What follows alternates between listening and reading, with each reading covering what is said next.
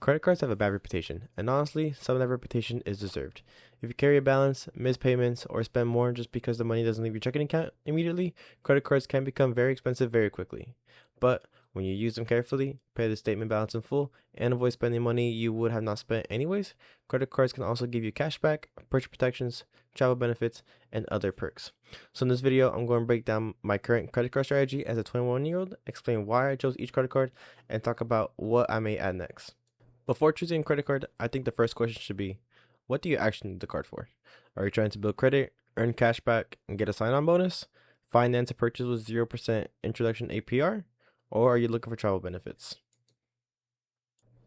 Your answer matters, because the best card for one person may be a terrible card for someone else. My personal strategy is mostly cashback. I use credit cards for purchases I was already going to make, and I pay the statement balance in full so I do not give my rewards back through interest. My current lineup of cards includes 4 cards. So I currently have the Wells Fargo Active Cash, the Amazon Prime Visa, the Capital One Sabre, and the Robinhood Gold card. The Wells Fargo Active Cash was my first credit card. It earns a flat 2% cash back on purchases, so I didn't have to think about categories when I was first learning how to manage credit card.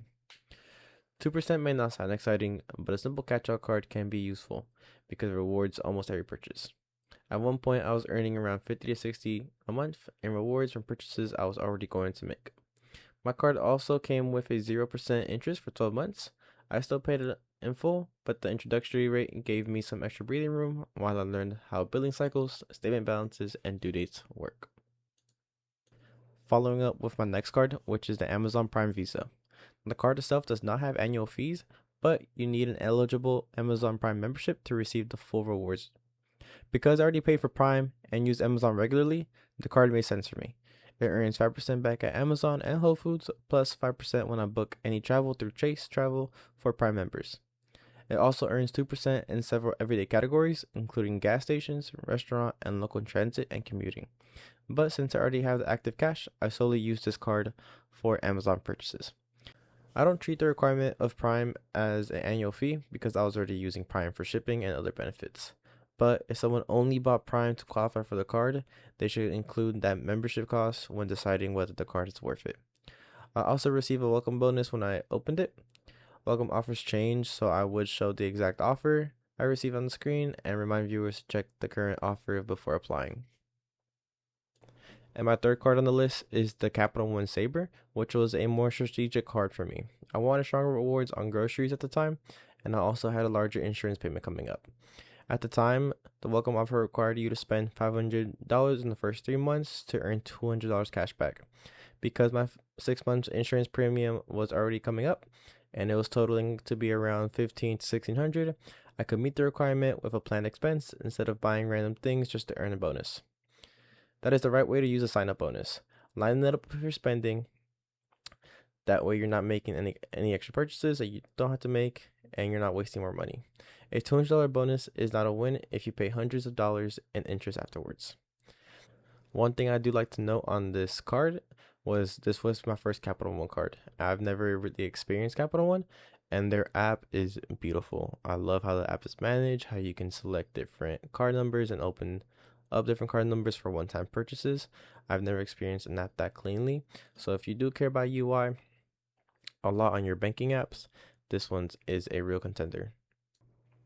My newest card is the Robinhood Gold card. Its biggest selling point for me is the flat 3% cashback.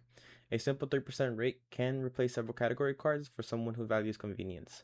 The card does not technically have an annual fee, but it requires an active Robinhood Gold membership.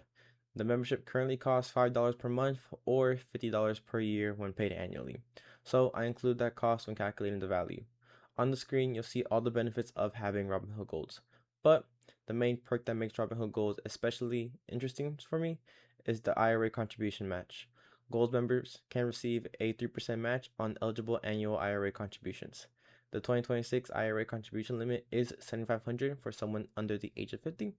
3% of $7,500 is $225.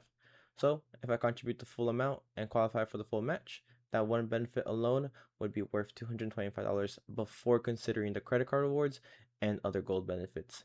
After subtracting the $50 annual fee cost, the net difference is $175. Of course, that math only works if you're already planning to contribute to IRA, you meet the eligibility rules, and you are comfortable keeping the account and membership long enough to satisfy the term. And on a less serious note, I also like the physical card. It is metal, it feels premium, and the gold finish looks great. Because the rewards are simple, it is currently the main card I carry. You may be wondering why I keep the other cards if the Robinhood card earns 3% on everything. First, the Active Cash is my oldest card and it has no annual fees. Closing an old credit card can impact credit score, increase my utilization, and decrease my available credit. So, there is little reason for me to close it as long as it isn't costing me money. I also keep the Amazon Prime Visa because it earns 5% on Amazon, which is better than 3%. I keep the Saver because it has no annual fees and still gives me a useful backup card and category coverage. Even when two cards overlap, keeping a no annual fee card can make sense if it has a specific purpose and does not tempt you to overspend. Those were currently all my cards and why I currently have those. I'm also in search of more credit cards and better benefits and rewards. The card I am considering next is the AAA Travel Advantage because it offers 5% cash back on gas, but the sign-on bonus is really weak. I believe it's only $100. I was also interested in the Citi Custom Cash because it earns 5% in your top spending category. However, Citi stopped accepting new applications for that card on May 28th, 2026.